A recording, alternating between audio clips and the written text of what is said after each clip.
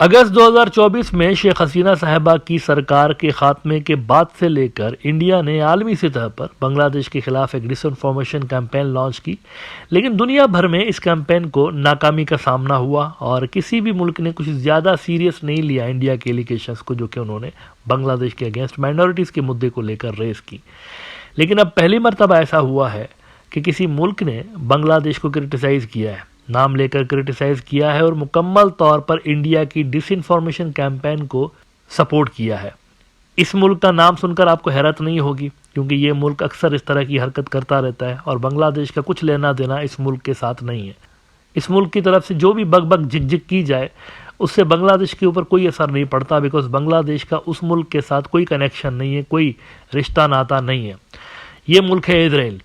Israel की जानिब से ऑफिशियली बांग्लादेश को क्रिटिसाइज़ किया गया है और बांग्लादेश की जो नई सरकार है उसको क्रिटिसाइज़ किया गया है। इंडिया के हक में बयानात दिए गए हैं, यानी पहले सिर्फ इंडिया अकेला मुदाखलत कर रहा था बांग्लादेश के इंटरनल मैटर्स में, लेकिन अब इजराइल को भी बांग्लादेश के इंटरनल मैटर्स में मुदाखलत करने के लिए इंडिया की जानिब से चाबी दे दी गई है।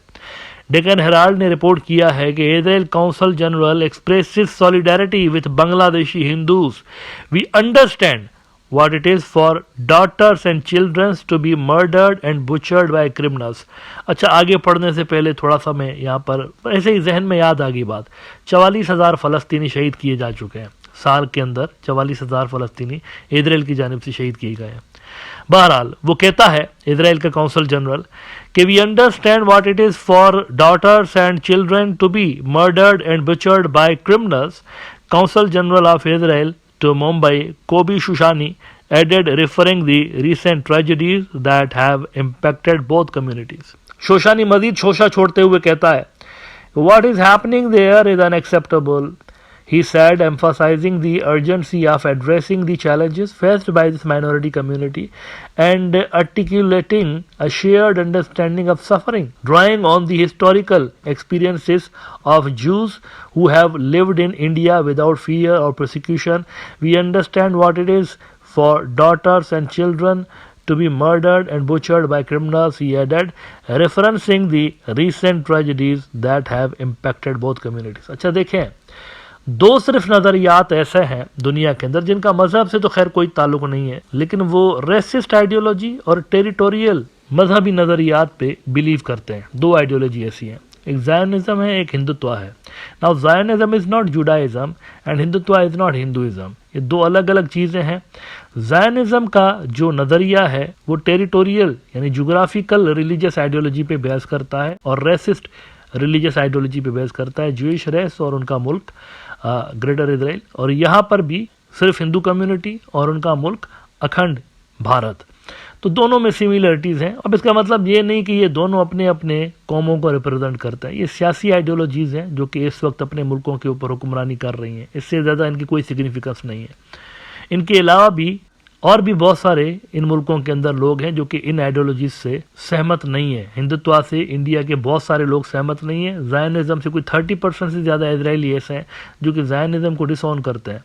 अच्छा, इसके अलावा उन्होंने शुक्रिया भी अदा किया नरेंद्र मोदी का कि ये जो आपने मुसलसल हमें फ़लस्तीनियों से लड़ने के लिए हथियार दिए, इसके लिए भी शुक्रिया, लेकिन ये हिस्ट्री में लिखा जाएगा। आज से 10-15 साल के बाद अगर कोई इंडियन प्रधानमंत्री मिडिल ईस्ट के अंदर खड़े होकर ये भाषण देना कि हम तो हमेशा अरबों के साथ खड़े हुए हैं और पीस के साथ खड़े हुए हैं, तो उनको नरेंद्र मोदी का ये डार्क दौर दिखाया जाएगा कि देखो जब 44,000 इंसान मारे गए थे ना, तो हथियार तुम्हारे मुल्क से भी आए थे। अच्छा, मीनवाइल असदुद्दीन अवैसी साहब जो कि इंडियन मुसलमानों के एक बड़े लीडर हैं, बड़े सियासी नेता हैं, हैदराबाद के अंदर इनका स्ट्रॉन्ग होल्ड है, अक्सर ये जीतते हैं, वहाँ से हैदराबाद की सीटें काफ़ी जीत लेते हैं।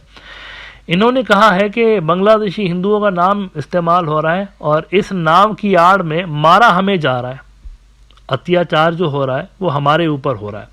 इंडिया टुडे ने रिपोर्ट किया है कि Bangladesh being used to spread hate against Indian Muslims. Owaisi, Hyderabad MP Asaduddin Awaisi said that attack on minorities in Bangladesh was being used to spread hate against Indian Muslims। लेकिन बहरहाल Indian Muslims जो है ना, unfortunately वो politically भी week है India के अंदर। उनकी कोई ऐसी जमात नहीं है, कोई ऐसा प्लेटफॉर्म नहीं है जो कि पूरे इंडिया के मुसलमानों को रिप्रेजेंट करे।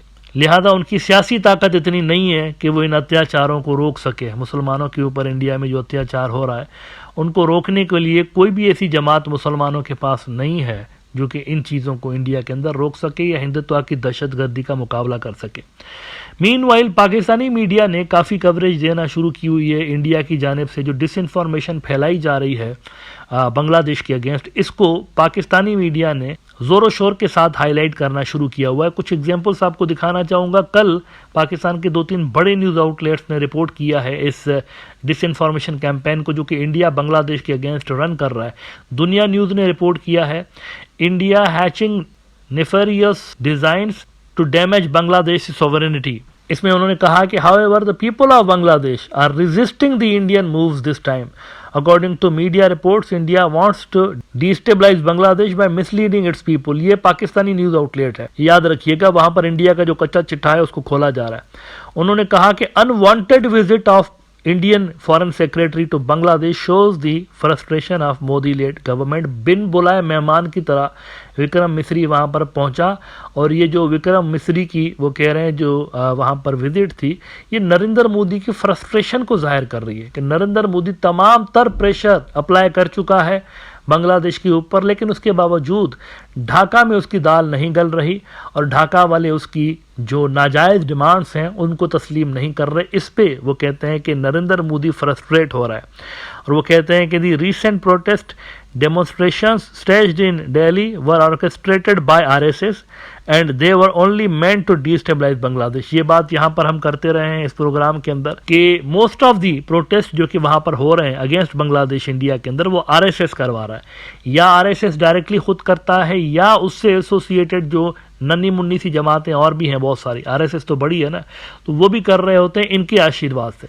यानी असल में पीछे ये है, पीछे जो फसाद की जड़ होती है वो ये होते हैं RSS वाले जो है वो एंटी बांग्लादेश प्रोटेस्ट वहां पर मोस्टली करवा रहे होते हैं। दुनिया न्यूज के अलावा समा न्यूज ने भी रिपोर्ट किया पाकिस्तान में कि India's covert tactics to undermine Bangladesh sovereignty using misinformation and Hindu nationalism, India seeks to destabilise Bangladesh amidst its growing independence and resistance to foreign influence. यानी वो कह रहे हैं कि ढाका जो है वो गैर मुल्की तसल्लुत से, फॉरेन इन्फ्लुएंस से, इशारा ऑब्वियसली इंडिया की तरफ है, इंडिया के इन्फ्लुएंस से बाहर निकलने की कोशिश कर रहा है और इसको इंडिया की जानिब से फिर रोका जा रहा है मिस इन्फॉर्मेशन कैंपेन्स लॉन्च करके, उनके खिलाफ झूठ फैला के, उनको प्रेशराइज करके इंडिया कोशिश कर रहा है कि ये जो ढाका की अटैम्प्ट है सॉवरेनिटी की तरफ रिटर्न होने की, इसको अंडरमाइन किया जा सके, इसको दबाया जा सके, दोबारा से कौम को सुला दिया जाए और दोबारा से इनके ऊपर न्यू दिल्ली का पपेट मुसलत किया जाए। ये किया जा रहा है इंडिया की तरफ से। तो पाकिस्तान के मीडिया के अंदर